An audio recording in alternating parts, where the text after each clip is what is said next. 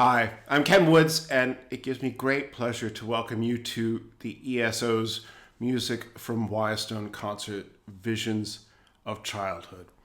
You know, when I was a very little kid, I was a little muddled up about what it meant to grow up. When people would say, "What do you want to be when you grow up?" I sort of thought, oh, be a fireman, or be a doctor, or be a football player. Would be sort of like becoming a different person. That I would be me as a kid, and then I would grow up and I would be a fireman. I'd be a different bloke.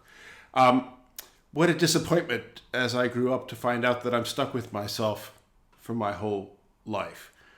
But of course, this is one of the themes of art, music, and culture that has been most pervasive across our culture, particularly during what we call the Romantic era, as composers and authors and painters re-examined the myths and legends which shaped their childhood experience throughout their adult lives. And that's a little bit what this program is all about, starting with Mahler's Fourth Symphony and looking at the themes, the experiences, the feelings that inform Mahler's expression of childhood in this work. Of course, Mahler was forever mining the feelings and memories of his own difficult childhood in his music, but nowhere more poignantly so than in the Fourth Symphony, which concludes with Das himmlische Leben, the heavenly life, an untroubled and serene view of a child in heaven having died, living in a world of plenty, of abundance, of simple, carefree, innocent joy. Now, we've called this program Visions of Childhood. It could have been called Dreams of Childhood. It's not really intended to be so much a narrative of childhood as just sort of connected experiences that all deal with childhood. We start with the opening of Mahler's Fourth Symphony, just the first few bars, which in Mahler's symphony proper trail off as they do here, and then this fairy tale world of the Fourth Symphony emerges. So here it trails off as if the listener is falling asleep and goes into a different piece of music. In this case, the Siegfried Idyll of Richard Wagner. For me, this is the greatest musical depiction of the miracle of parenthood I know of. It was written by Wagner for his wife as a birthday present, but also as a celebration of the birth of their young son, Siegfried.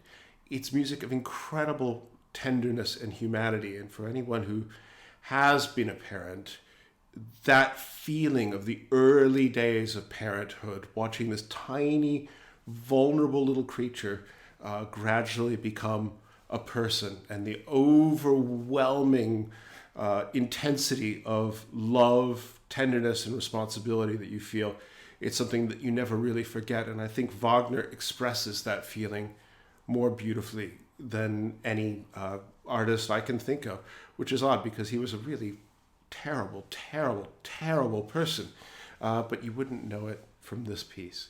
In a program that's about childhood, the role of the parents is, of course, likely to be key, as they are all so important in our own formation and development.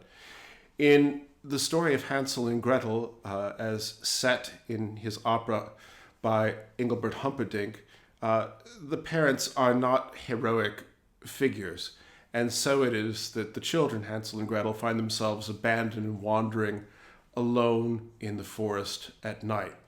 What happens in life when life lets you down is a question that all children have to answer, and many of the classic fairy tales, particularly those from the Brothers Grimm, deal with this question of how to cope with the emergence of fear as a feeling.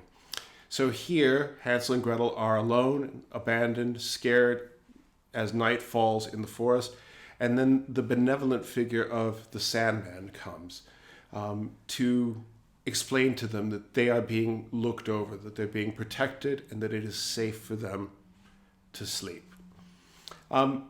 Another theme of childhood is trying to understand as you grow up how the comforts and necessities of life come to be. In Schubert's song, The Trout, a child watches a fisherman fishing. And the child's reaction is one of shock that the fisherman fools the fish in order to catch the fish. But in Mahler's song, The Earthly Life, we see the other side of that. We see the child starving because there isn't enough food to eat.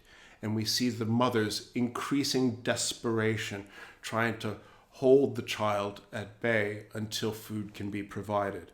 Of course, these exist in the music of Schubert, Mahler, Wagner, Humperdinck in a sort of fairy tale landscape. But these problems remain very real and very present for millions of children today. You might think it's a little morbid that the next piece on the program is Schubert's Death in the Maiden.